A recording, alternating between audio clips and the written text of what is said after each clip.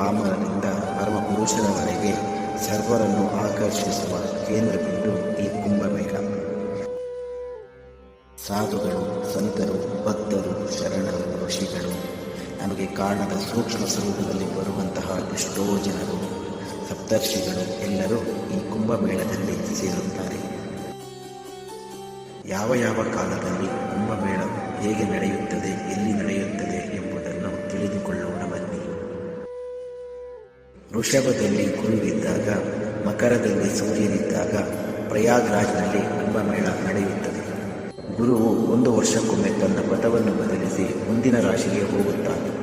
12 ವರ್ಷಕ್ಕೊಮ್ಮೆ ಮತ್ತೆ ವೃಷಭದಲ್ಲಿ ಬಂದಾಗ ಕುಂಭಮೇಳ ಪ್ರಯಾಗ್ರಾಜ್ನಲ್ಲಿ ನಡೆಯುತ್ತದೆ.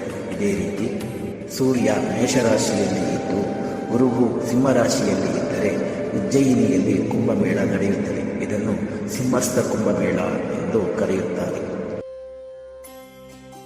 ಹಾಗೆಯೇ ಸೂರ್ಯ ಹಾಗೂ ಗುರು ಇಬ್ಬರು ಸಿಂಹರಾಶಿಯಲ್ಲಿ ಇದ್ದಾಗ ನಾಸಿಕದಲ್ಲಿ ಕುಂಭಮೇಳ ನಡೆಯುತ್ತದೆ. ಹರಿದ್ವಾರದಲ್ಲಿ ಕುಂಭದಲ್ಲಿ ಗುರುವಿದ್ದಾಗ, ಮೇಷದಲ್ಲಿ ಸೂರ್ಯನಿದ್ದಾಗ ಕುಂಭಮೇಳ ನಡೆಯುತ್ತದೆ. ಈ ಕುಂಭಮೇಳದ ಬಗ್ಗೆ ಇನ್ನೂ ಹಲವಾರು ವಿಷಯಗಳನ್ನು ಮುಂದಿನ ಸರಣಿ ವಿಡಿಯೋಗಳಲ್ಲಿ ತಿಳಿದುಕೊಳ್ಳೋಣ. ಧನ್ಯವಾದಗಳು.